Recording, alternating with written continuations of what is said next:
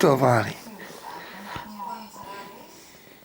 ich konnte es auch gar nicht glauben. Sie hat gesagt, dass wenn Laura das Kind geboren hätte, dass die Laura dann eben auch zu ihr ziehen könnte. Und sie hätte Erfahrung mit Kindern und der Leon, der sollte halt auch zu ihr ziehen.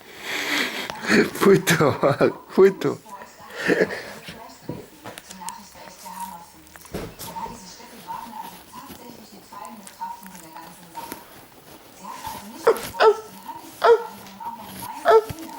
Und damit geht die Kindergartenregelung entschieden zurück. Es vergehen keine 20 Minuten, bis Katrin wutentbrannt bei der dreisten Geliebten Milchmanns vor der Tür steht. Hannes, ich will nicht so sprechen. Und Laura bleibt da. Das steht sicher nur, wenn man die zwei uns unterhalten. Spielen Sie Jo, aua.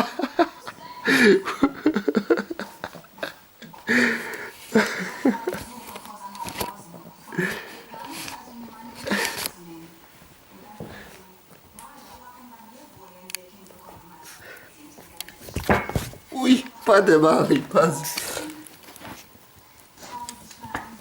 noch gar nicht mehr in der Lage, die Kinder zu betreuen.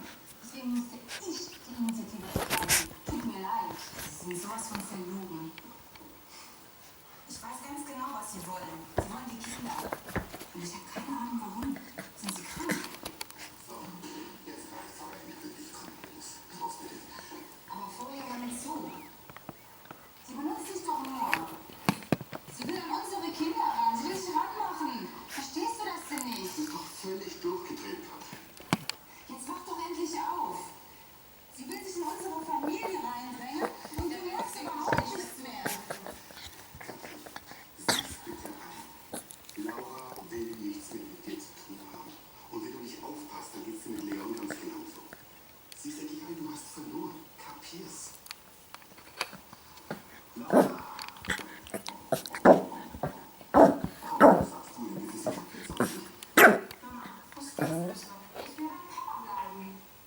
Und deine Mutter brauchst du nicht, Laura. Ich hätte in dem Moment am liebsten losgeheult. Ich dachte, ich könnte Hannes die Augen öffnen über seine Tolle stechen. Aber der wollte ja auch nur die Kinder zu sich holen. Na, wenigstens habe ich gemerkt, dass es Laura richtig leid tat, mich abzuweisen. Aber viel hatte ich in dem Moment auch nicht davon. So, und jetzt raus.